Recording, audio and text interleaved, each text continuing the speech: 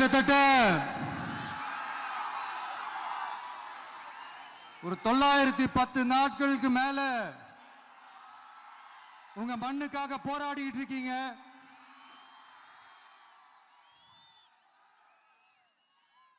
உங்க போராட்டத்தை பத்தி ராகுல் ஒரு பையன், சின்ன பையன் பேசினது நான் கேட்டேன். அந்த குழந்தையோட பேச்சு மனசு ஏதோ செஞ்சிருச்சு. உடனே உங்க எல்லாரையும் பார்க்கணும்னு தோணுச்சு, உங்க எல்லாரையும் கூட பேசி ஆகணும்னு தோணுச்சு. உங்க எல்லாரும் கூட நான் நிப்பேன், தொடர்ந்து நிப்பேன் சொல்லணும்னு தோணுச்சு.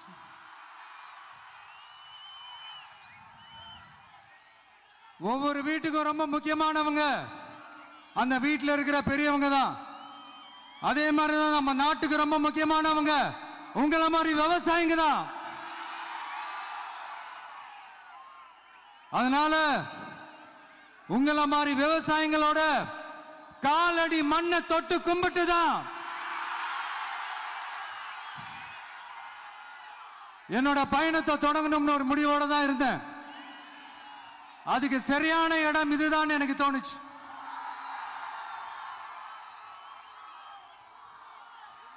என்ன உங்க வீட்டில் இருக்கிற ஒரு மகனா என்னோட கள அரசியல் பயணம்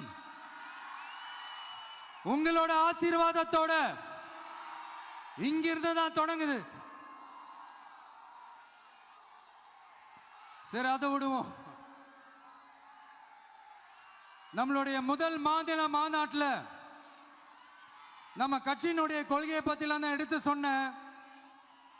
அதுல ஒண்ணுதான் இயற்கை வள பாதுகாப்பு. சூழலியல் மற்றும் காலநிலை நெருக்கடியை எதிர்கொள்ளக்கூடிய இயற்கைக்கு ஊறு விளைவிக்காத பகுதிசார் மாநில வளர்ச்சி பரவலாக்கம். இதான் நாம் அறிவிச்ச அந்த கொள்கை. இதான் நான் இங்க சொல்றதுக்கு காரணம் ஓட்டு அரசியலுக்காக இல்ல.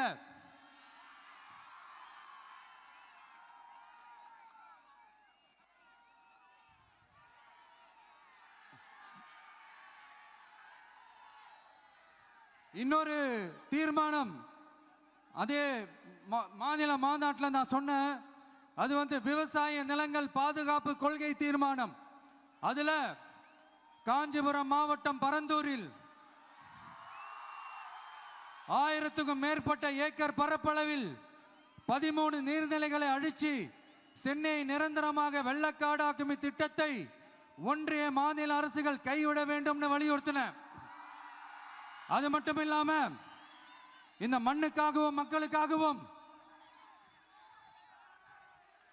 நம்ம விவசாயிகள் பாதிக்கிற இந்த திட்டத்துக்கு எதிராக சட்ட போராட்டம் நடத்தவும் தயங்க மாட்டோம்னு சொல்லியிருந்தோம்.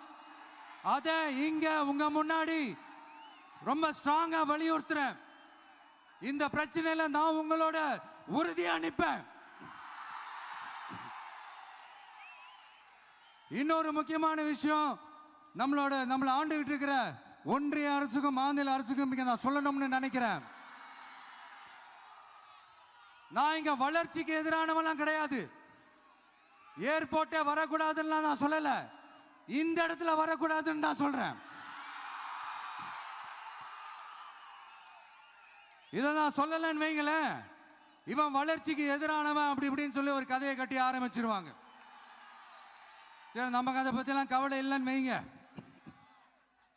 எல்லாத்துக்கும் மேல இன்னைக்கு இந்த பூமியில வாழ்ற எல்லா உயிரினங்களோட இருப்பையும் புவி வெப்பமயமாதல் பயமுறுத்திட்டு இருக்கு. அதனுடைய ரிசல்ட் தான் ஒவ்வொரு வருஷமும் இந்த மழை காலத்துல வெள்ளத்துல சென்னை சிட்டி எப்படி தத்தளிச்சுக்கிட்டு இருக்கிறது நம்ம பார்க்கிறோம். இப்ப ரீசன்ட் டைம்ல எடுத்த ஒரு அறிவியல் ஆய்வுல இப்படி ஒவ்வொரு வருஷம் சென்னையில வர ஃப்ளட்டுக்கு காரணமே இங்க இந்த சுற்றுவட்டார பகுதியில் இருக்கிற சதுப்பு நிலங்களை நீர்நிலைகளை அழிச்சது தான் சொல்லுது. இப்படி ஒரு சூழல் இருக்கும் போது 90% ஆஃப் விவசாய நிலங்கள் 90% ஆஃப் நீர்நிலைகளை அழிச்சு இங்க அந்த பரந்தூர் விமான நிலையத்தை கொண்டு வரணும்னு எடுக்கிற அந்த முடிவை எந்த அரசா இருந்தாலும் அது மக்கள் விரோத அரசா தான் இருக்க முடியும்.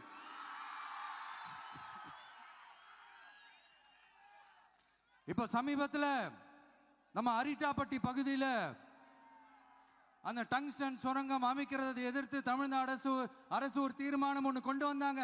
அதை நான் மனப்பூர்வமாக வரவேற்கிறேன். ஆனா அதே நிலைப்பாட்டை தானே இங்க நம்ம பரந்தூர் பிரச்சனையிலையும் எடுக்கணும்.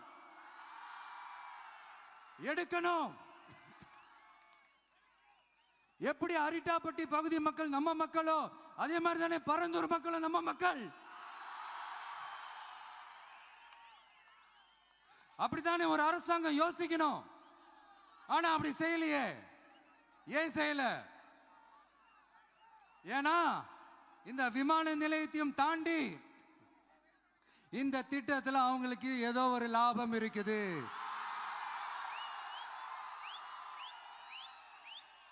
அத நம்ம மக்கள் தெளிவா புரிஞ்சு வச்சிருக்கிறாங்க. நம்மளுடைய ஆட்சியாளர்களுக்கு ஒரு சில கேள்விகள். நீங்க எதிர்கட்சியா இருக்கும் போது 8 வழிச்சாலையை எதிர்த்தீங்க, அந்த காட்டுப்பள்ளி துறைமுகத்தை எடுத்தீங்க. அதே தானே இங்கேயும், அதே நிலைப்பாடு தானே இங்கேயும் எடுக்கணும். அது எப்படி நீங்க எதிர்கட்சியா இருக்கும் போது விவசாயிகளுக்கு ஆதரவு, ஆளுங்கட்சியா இருக்கும் போது விவசாயிகளுக்கு எதிர்ப்பா? இது எனக்கு புரியலையே.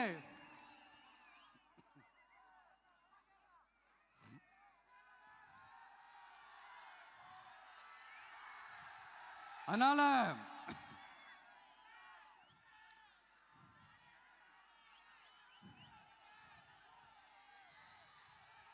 இனிமேலும் சொல்றேன், உங்க நாடகத்தெல்லாம் பார்த்துக்கிட்டு மக்கள் சும்மா இருக்க மாட்டாங்க. நீங்க உங்களோட வசதிக்காக அவங்களோட நிக்கிறதும் அவங்களோட நிக்காம இருக்கிறதும், நாடகம் ஆடுறதும் நாடகம் ஆடாம இருக்கிறதும், அது சரி. நம்புற மாதிரியே நாடகம் ஆடுறதுல தான் நீங்க கில்லாடிங்களாச்சு. அதையும் மீறி நம்ம விவசாயிங்க உங்க போராட்டத்துக்கு எதிராக போராடினாங்கன்னா பிரச்சனை தான். அதனால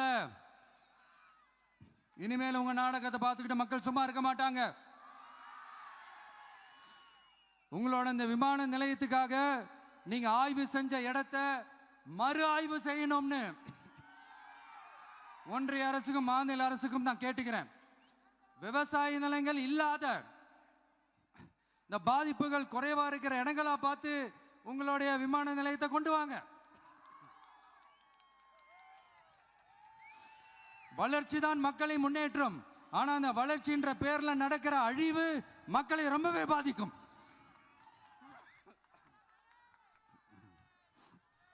நீங்க எல்லாரும் உங்களுடைய ஊர் கிராம தேவதைகளான கொல்லமெட்டால் அம்மன் மேலையும் எல்லை அம்மன் மேலையும் ரொம்பவே நம்பிக்கை வச்சிருக்கீங்கன்றது எனக்கு தெரிஞ்சது. அந்த நம்பிக்கையை இழந்துடாதீங்க. உங்களுக்காகவும் உங்க ஊருக்காகவும் இனி உங்க வீட்டு பிள்ளையான நானும் தமிழக வெற்றி கழகத்தோட தோழர்களும் சட்டத்துக்கு உட்பட்டு எல்லா வழிகளிலும் உங்களோட உறுதி அனுப்பேன். உங்களோட ஊருக்குள்ள ஏகனாபுரம் ஊருக்குள்ள வந்து அந்த திடல்ல தான் உங்க எல்லாரையும் மீட் பண்ணணும்னு நினைச்சேன். ஆனா எனக்கு பர்மிஷன் கிடைக்கல. இங்க தான் பர்மிஷன் கொடுத்தாங்க. நான் ஏன் ஊருக்குள்ள வரணும்னு தடையின்னு எனக்கு தெரியல. இப்படிதான் கொஞ்ச நாளைக்கு முன்னாடி நம்ம புள்ளிங்க ஒரு நோட்டீஸ் கொடுத்ததுக்கு தடை விதிச்சாங்க. ஒரு துண்டு சீட்டு நம்ம புள்ளிங்க கொடுத்ததுக்கு. அது ஏன்னு எனக்கு புரியல. அதனால கான்பிடண்டா இருங்க, நல்லதே நடக்கும், வெற்றி நிச்சயம். மீண்டும் சந்திக்கும் வரை நன்றி, வணக்கம்.